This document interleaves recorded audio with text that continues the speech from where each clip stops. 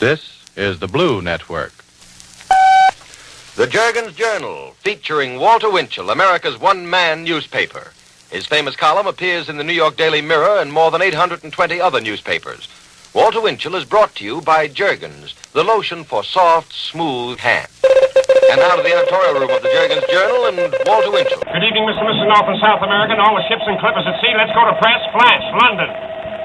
The terms of surrender for the Italian army in Ethiopia have just been handed to Mussolini's representatives. This will give England about 38,000 prisoners, bringing the number of Italians captured in Ethiopia to 200,000. London. Reports persisted in England today that the wife of Rudolf Hess has been arrested by the Nazi police. Akron, Ohio. A big strike in the Goodrich rubber plant here was called off today when CIO workers agreed on a 6-cent raise in pay per hour. The government today is trying to settle 18 defense strikes. Boston, Massachusetts. The condition of Franklin Delano Roosevelt Jr., an ensign in the Naval Reserve, who was hurt today in a motor car crash near Walpole, Massachusetts, is not serious. Philadelphia. The G-men are investigating the $1 million Shipyard fire today, which caused the death of Michael Regan, the watchman. Regan was found under piles of wreckage at the yard, which deals mainly in defense work. Police believe Regan was murdered by saboteurs. New York. It's a baby boy for the Fortune Peter Ryans at the Doctors Hospital, New York City.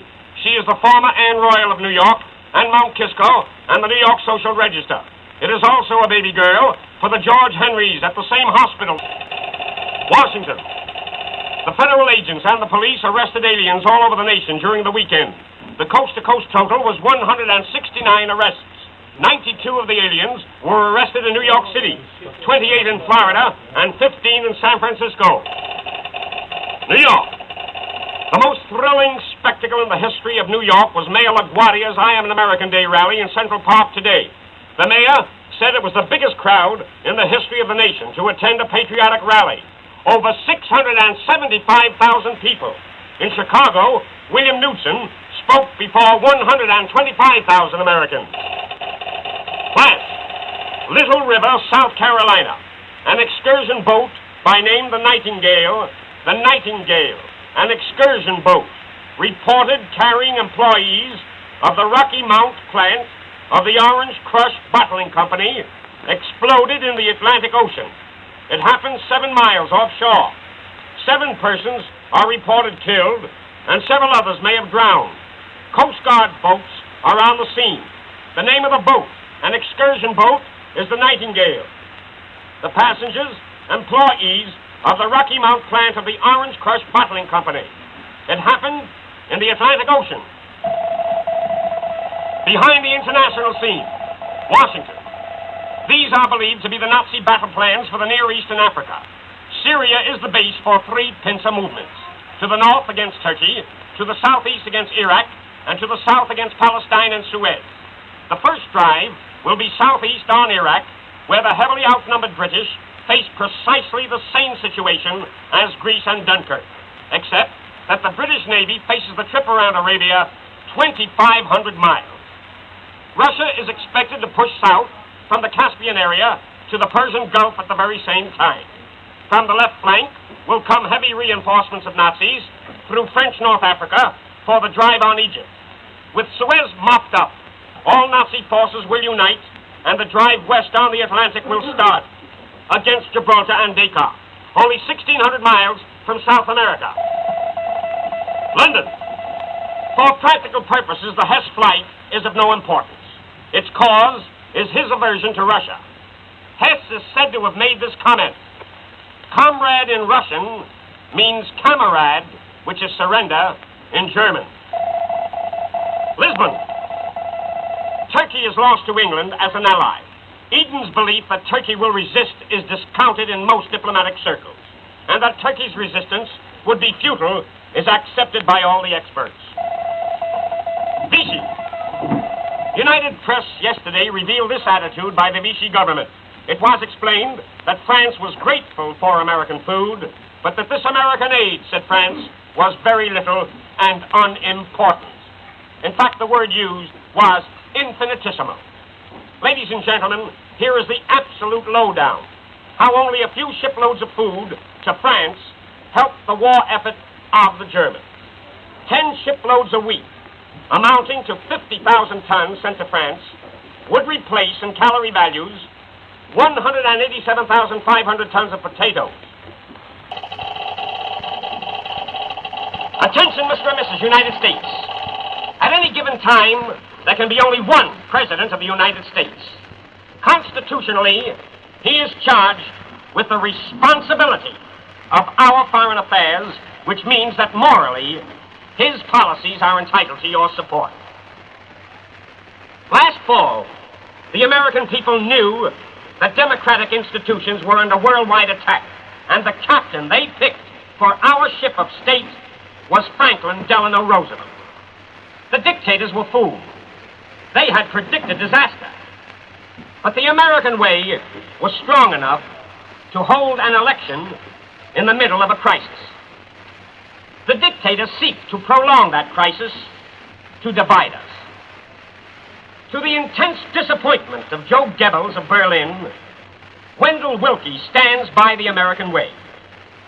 The candidate Mr. Willkie opposed as Franklin D. Roosevelt, he loyally supports as President of the United States. At the election, Wendell Willkie had won the votes of many. Since the election, he has won the respect of all Americans by forfeiting a Nazi medal forever. Mr. Willkie set an example of working democracy.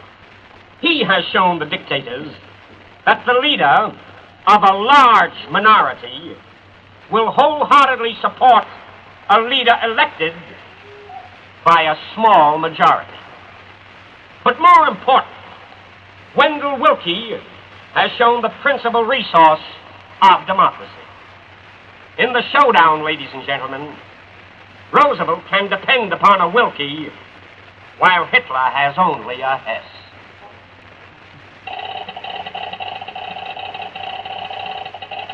The Walter Winchell Warmonger Department, for the edification of Mr. and Mrs. Rip Van Winkle, from border to border and coast to coast. Los Angeles. Attention, Toledo, Ohio.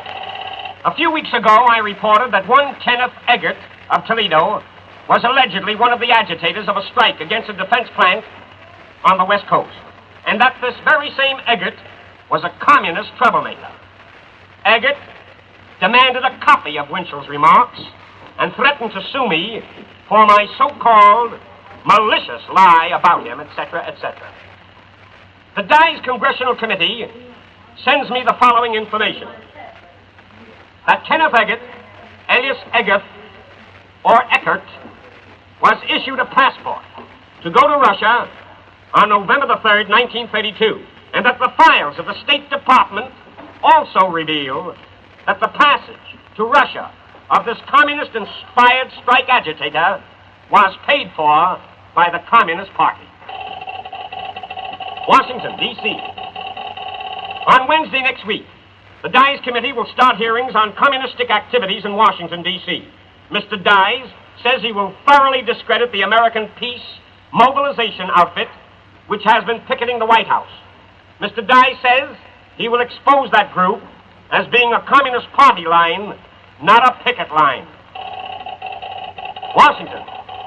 Last Sunday night, ladies and gentlemen, I reported exclusively that government agents would arrest a certain rabble-rouser who had allegedly sent threatening letters to prominent Americans. His initials, for the time being, are D. S. ABCD. S. He really does the dirty laundry for many big-name Nazi lovers in the United States. He and his files, containing many letters from his supporters and backers, have been seized. Congratulations, Mr. Government Man. Jersey City, New Jersey.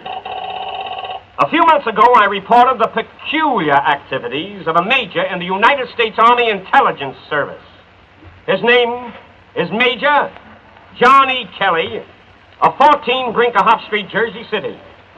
I said at the time that he was associating with some very strange people for a member of Army Intelligence New York, by NBC shortwave listening post.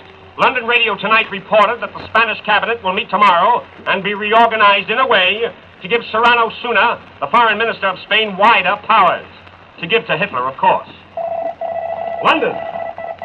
Scandinavian reports reaching London said that thousands of newspapers were given away today in Norway on the occasion of National Day. The Nazis there tried to suppress those newspapers, which printed a message from King Haakon. Hundreds of loyal Norwegians have been arrested by the Nazi Gestapo. Attention, men. The Navy confirmed last Sunday night's story about accepting men between the ages of 17 up to 50. 50. The Navy especially wants machinists, carpenters, radio operators, radio technicians, and yeomen. Those enlisting in the Naval Reserve will be released from duty when the emergency is over. And that, ladies and gentlemen, winds up another edition of the Jurgens Journal until next Sunday night at the very same time. Until then, and with lotions of love, I remain your New York correspondent, Walter Winchell, who reminds you of the great difference in two systems of government. Rudolf Hess preferred to bail out over Britain than be out on bail in Berlin. Good night.